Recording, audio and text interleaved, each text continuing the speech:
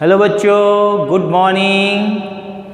तो आज हम लोग एक नया चीज़ सीखेंगे नए जोश के साथ, और वह नया चीज़ क्या है? वह है torque and potential energy due to electrical dipole placed in uniform external electrical field. ठीक है, अब देखिए इस वीडियो को, इसका जो वीडियो बनेगा वह आपको दिखाया जाएगा आपका अपना चैनल आभा फिजिक्स पर, है ना। तो अब मैं शुरू करने जा रहा हूँ। इसका इंट्रोडक्शन में थोड़ा सा आप लोगों को बताऊँ। इंट्रोडक्शन ये कह रहा है कि पोटेंशियल एनर्जी क्या है और टॉर्क क्या है, दोनों को हम लोग साथ लेके चल रहे हैं। इंट्रोडक्शन में टॉर्क पहले आप लोगों ने सीखा 11th स्टैंडर्ड में टॉर्क के लिए आपने क्या देखा कि दो फोर्स है, कपल जिसको कहते हैं, that is couple of force है। और कपल ऑफ फोर्स मीन्स क्या है कि दोनों फोर्स इक्वल है मैग्नीट्यूड में, लेकिन डायरेक्शन में अपोजिट है। एक इस साइड तो दूसरा इस साइड, ठीक है, डायरेक्शन में अपोजिट है। और वह जो यहाँ पर हमारा जो डायपोल होगा, मीन्स कि इलेक्ट्रिकल डायपोल जिसको हम लोग कहते हैं, तो वह डायपोल किसी खास पॉइंट पर रोटेट होने के लिए तैयार होगा। डायपोल किसी खास पॉइंट पर रोटेट होने के लिए तैयार होगा, जैसा कि आप लोग पहले टॉर्क में देखे थे 11th स्टैंडर्ड में कि हम लोग कोई सीसॉ का एग्जाम्पल लिए थे। सीसॉ में दो बच्चे होते हैं, यदि इक्वल वेट के बच्चे हैं तो एक बार वह ऊपर, दूसरा बार दूसरा ऊपर, इस तरह से होता है, लेकिन वह किसी खास जगह पर वह टिका हुआ होता है ना।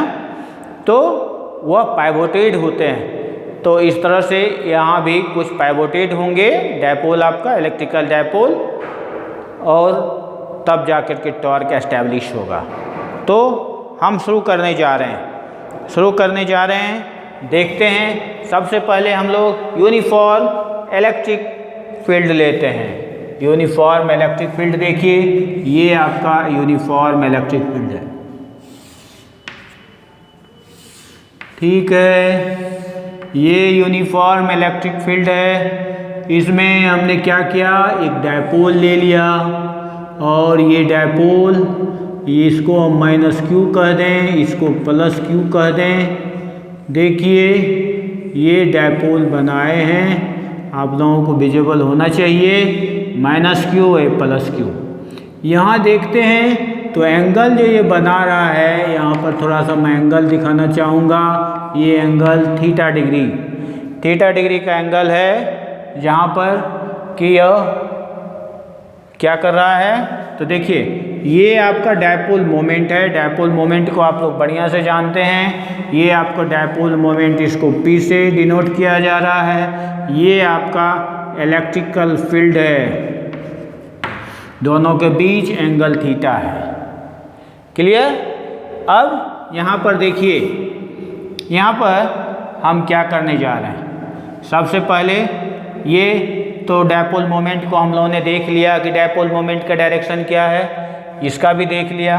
अब देखिए ये +q है, तो +q पर यहाँ पर फोर्स क्या लगेगा, तो फोर्स नाम आप दे सकते हैं। एक का नाम A दे दीजिए और दूसरे का नाम B दे दीजिए। अब फोर्स ऑन A कहाँ, +q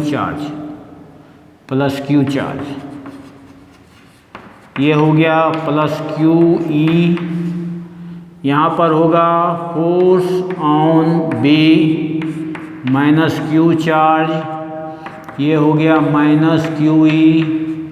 दोनों के बीच का डिस्टेंस AB,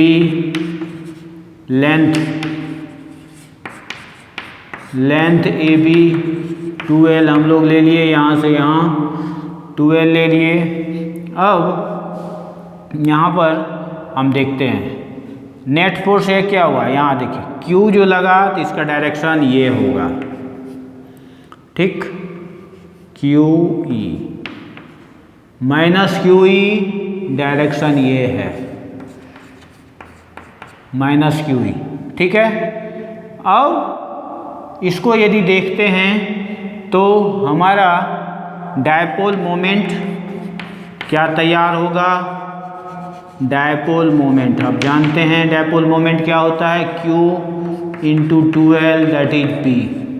ये डायपोल मोमेंट हम ले लिए, डायपोल मोमेंट ले लिए। अब देखिए नेट फोर्स यहाँ पर क्या होगा, ये सिस्टम यदि हम मान के चलें ये एक सिस्टम है तो यहाँ इस सिस्टम का नेट फोर्स, नेट इसको ट्रांसलेटरी फोर्स कहेंगे, ट्रांसलेटरी क्यों कहेंगे कि देखिए अपने डायरेक्शन में जा रहा है, ये भी अपने डायरेक्शन में, इसका ये मूवमेंट नहीं कर रहा, ये इसका डायरेक्शन फिक्स है। तो नेट ट्रांसलेटरी फोर्स तो क्या हो गया, प्लस QE माइनस QE दोनों कैंसिल दैट इज 0। अब इतना जानने के बाद हम यहाँ पर लेंगे टॉर्क। तो टॉर्क क्या होगा, टॉर्क आप जानते हैं क्या है, either force and perpendicular distance, perpendicular distance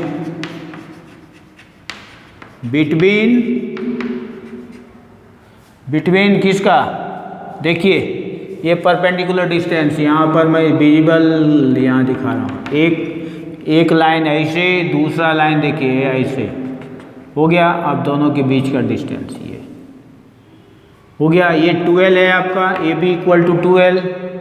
अब ये क्या होगा, थोड़ा सा मैं इसको यहाँ पर दिखाना चाहूँगा, ये देखिए AB फिर यहाँ पर ऐसे देखिए ये फोर्स ऐसे लग रहा था, ये फोर्स भी ऐसे, ठीक है, ये देखिए है ना, ये माइनस QE ये प्लस QE ये हो गया, दोनों देखिए क्लियर है। अब दोनों के बीच का डिस्टेंस ये ले लें, इसको K ले लें। तो इसको जब K लेते हैं तो देखिए यहाँ पर हमारा तैयार होगा, ये तैयार होगा, ये AB हाइपोटेनस है, हाइपोटेनस है आपका 2L, AK आपका बेस है, ये बेस है आपका AK, बेस आपका बना, ये परपेंडिकुलर है BK। अब BK हमको निकालना है, तो BK क्या हो गया, साइन थीटा इक्वल्स, ये राइट एंगल ट्रायंगल है इसलिए sine theta equals this BK perpendicular by AB, BK upon AB, इसलिए BK इक्वल्स होगा AB sine theta, AB sine theta, और ये AB साइन थीटा जो होगा इसको देखिए दैट इज क्या होगा, AB आपका 2L है तो 2L साइन थीटा, ये BK आपको मिल गया, तो ये हो गया 2L साइन थीटा। अब यहाँ आइदर फोर्स लेंगे तो प्लस QE, ये मैग्नीट्यूड से मतलब है, तो मैग्नीट्यूड लेंगे तो QE into 2L sign theta. अब देखिए ये Q और ये 2L दोनों मिल करके P हो गया डायपोल मोमेंट, और ये हो गया आपका PE sine theta. P sine theta को यदि देखिएगा तो यह होगा P क्रॉस E वेक्टर के फॉर्म में, तो टॉ इक्वल्स हो गया P क्रॉस E, ये आपको वेक्टर नोटेशन हो गया, नहीं तो torque equal to P sine theta. अब इसके बाद देखते हैं, केस लेते हैं, केस फर्स्ट। अब कब कि देखिए ये आपका केस फर्स्ट क्या हो गया, यूनिफॉर्म एक्सटर्नल फील्ड है और इसमें ये इस तरह से है, ठीक है। यह इस तरह से है तो यहाँ माइनस क्यू, यहाँ प्लस क्यू, ठीक है। तो ये क्या हुआ, ऐसे हो गया, ये P हो गया, है ना। ये E है, E और P के बीच 90 डिग्री, तो थीटा यहाँ 90 डिग्री है, तो टॉर्क क्या हो गया, PE साइन 90, है ना। इस फॉर्मूला से P torque P sine 90 that is P, यह आपका मैक्सिमम हुआ, यहाँ मैक्सिमम टॉर्क हो गया, ठीक है। अब दूसरी बात, दूसरा केस हम लोग लेंगे और वह केस होगा क्या, वह केस सेकंड में देखिए, ये आपका यूनिफॉर्म इलेक्ट्रिकल फील्ड, ये और यहाँ पर हम ले रहे हैं ऐसे, ठीक है। ये माइनस क्यू प्लस क्यू, इसका मतलब P का डायरेक्शन इधर, E का डायरेक्शन इधर, दोनों 0 डिग्री, दोनों पैरेलल है, ये पैरेलल है, तो टाउ इक्वल्स यहाँ क्या हो गया, PE sine 0 that is 0, torque लगेगा ही नहीं। जब पैरेलल होगा, E और P दोनों पैरेलल होगा तो टॉर्क नहीं लगेगा, क्लियर। यहाँ पर मैक्सिमम होगा। अब यहाँ केस 3 ले रहे हैं, केस 3 लेंगे। अब यहाँ क्या हो गया, देखिए यहाँ लिए और यहाँ देखिए ये उल्टा, यहाँ माइनस क्यू, यहाँ प्लस क्यू, ये ऐसे और यह ऐसे हो गया। ये P का डायरेक्शन, ये P जो है देखिए, ये P हो गया आपका, ये केस थर्ड हम लोग ले रहे हैं। P का डायरेक्शन इधर, E का डायरेक्शन इधर, दोनों के बीच का एंगल एंटी पैरेलल हो गया, तो यहाँ थीटा जो हो गया 180 हो गया। फिर टाउ इक्वल्स क्या हो गया, PE साइन 180, साइन 180 भी 0 होता है, इसलिए टॉर्क 0। तो देखिए इस केस में दोनों केस में, केस सेकेंड केस थर्ड, दोनों केस में टॉर्क 0 है। अब कोई और चौथा केस ले लेते हैं, केस 4 लेंगे। केस 4 में क्या है कि ये माइनस क्यू, ये प्लस क्यू और इस तरह से ये हमारा कुछ एंगल बना रहा है। ये एंगल सपोज कीजिए कि हमारा 30 डिग्री हो गया। 30 डिग्री जब हो जाएगा तब टॉर्क क्या होगा, टॉर्क होगा PE साइन 30। साइन 30 क्या होता है 1/2, इसलिए यह PE हाफ हो गया, PE हाफ हो गया। तो 4 केस हम लोगों ने डील किया, चारों केस आपके सामने हैं। तो एक मैक्सिमम का केस बना 90 डिग्री पर, मिनिमम का केस पैरेलल एंटी पैरेलल, ये पैरेलल हुआ, ये पैरेलल और ये हो गया आपका एंटी पैरेलल, ये आपका एंटी पैरेलल। दोनों केस में टॉर्क 0। तीसरा, इसके बाद पैरेलल एंटी पैरेलल के बाद कुछ भी एंगल होगा उसमें टॉर्क धीरे धीरे बढ़ेगा, क्योंकि हम जानते हैं कि साइन का वैल्यू थीटा से 90 बढ़ता है। और उसी तरह से एंगल जैसे जैसे E और P मीन्स इलेक्ट्रिक फील्ड और डायपोल मोमेंट में एंगल जैसे जैसे 0 से ऊपर जाएगा, 0 से ऊपर मान लीजिए 0 से ऊपर हो गया 10, 0 से ऊपर हो गया 20, 0 से ऊपर 30, 30 के ऊपर 40, 40 से 50, 50 से 60, 60 से 90। इस देखिएगा धीरे धीरे टॉर्क का वैल्यू बढ़ता जा रहा है। जैसे अभी आप 30 पर देख रहे हैं, हाफ हो गया, 30 पर क्या हो गया, हाफ हो गया। अब आगे बढ़िए 60 ले जाएंगे तो साइन 60 कितना होता है √3/2, √3/2 का वैल्यू